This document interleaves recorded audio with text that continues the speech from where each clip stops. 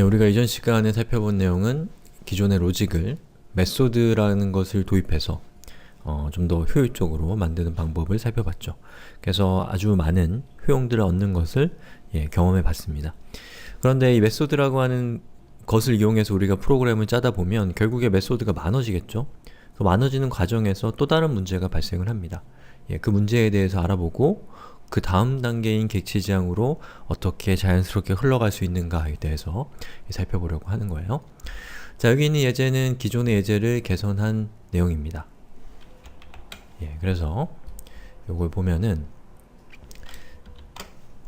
자, 보시는 것처럼 left는 10, right는 20이라는 값을 줬어요. 그리고 sum, 합계죠?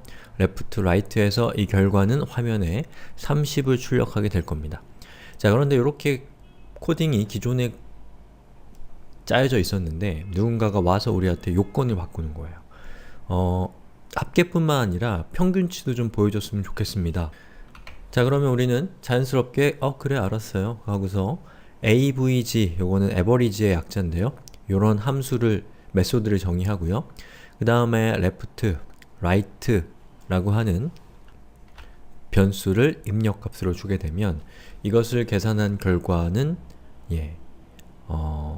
15겠죠.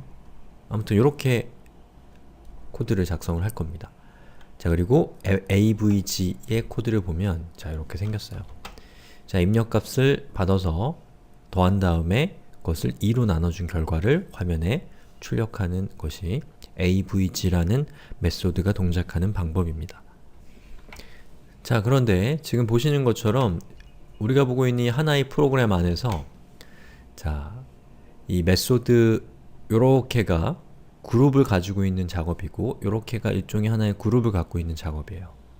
그리고 여기 있는 left, right라고 하는 값은 이 sum과 average의 입력값으로 들어가는 값입니다.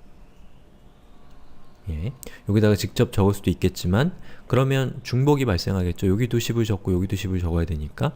그래서 변수로 치환한 다음에 그 내용은 위에서 이렇게 가변적으로 바꾸는 방법을 통해서 우리가 중복을 제거하고 있는 것이죠. 그렇기 때문에 여기 있는 요 메소드들을 동작하기 위해서는 요 위에 있는 변수들이 아주 중요하게 관련되어 있는 로직들이라고 할 수가 있습니다. 자, 요렇게가 서로 연관성이 있는 로직이고요. 밑에도 마찬가지로 요렇게가 서로 연관되어 있는 로직이라고 할 수가 있습니다.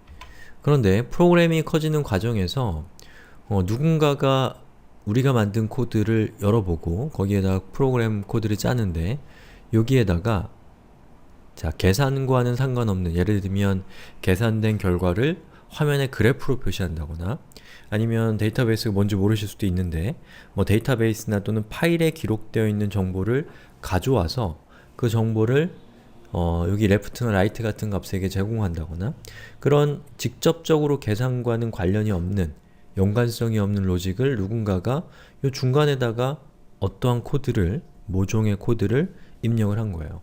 그러면 요 위에 있는 left, right와 밑에 있는 sum, average가 점점점 거리가 멀어지겠죠?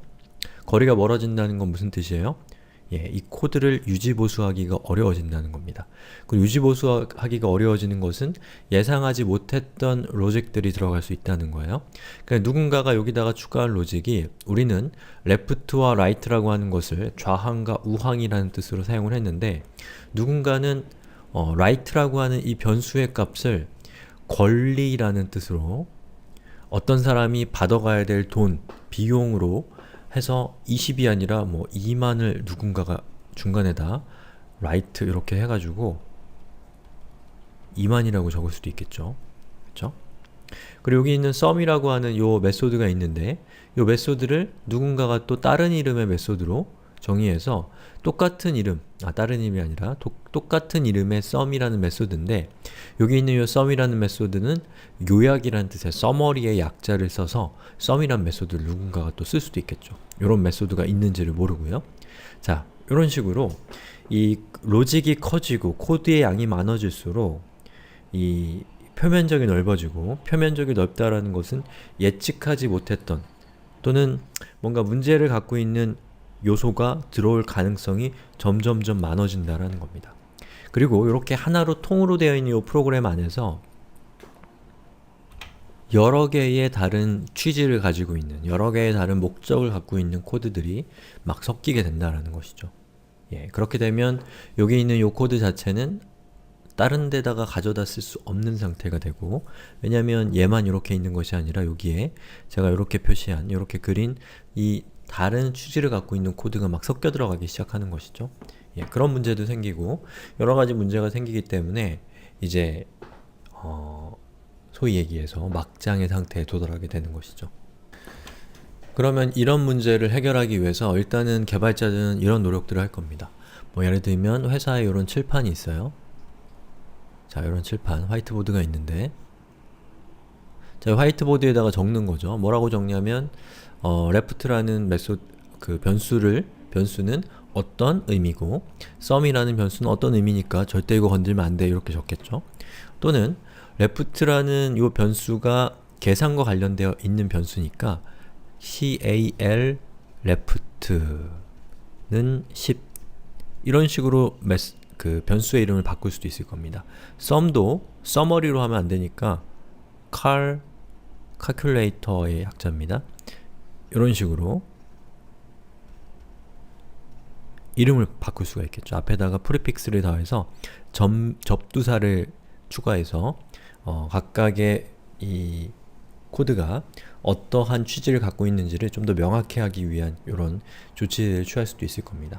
그리고 연결되어 있는, 서로 연관되어 있는 로직들은 같은 위치로 모아놓고 뭐 그렇지 않은 건 다른 위치로 모은다든지 이런 식의 규율을 정할 것이에요. 정하겠죠?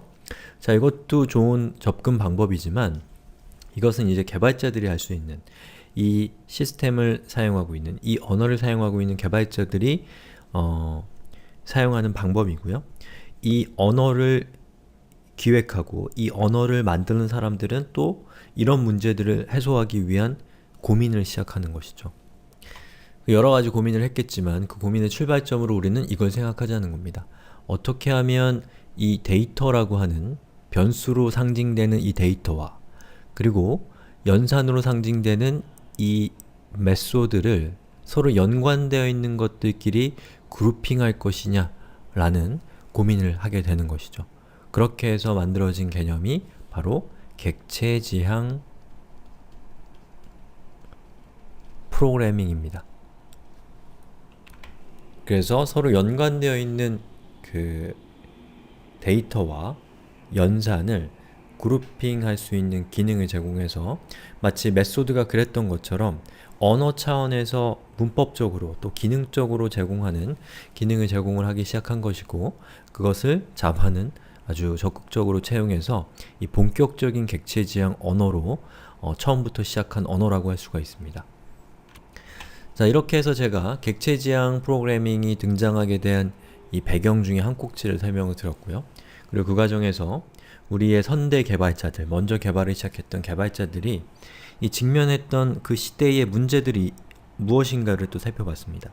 그리고 그 문제를 극복하기 위해서 어떤 도약을 했는지를 우리는 다음 시간부터 이 객체지향이라는 이름으로 살펴볼 겁니다.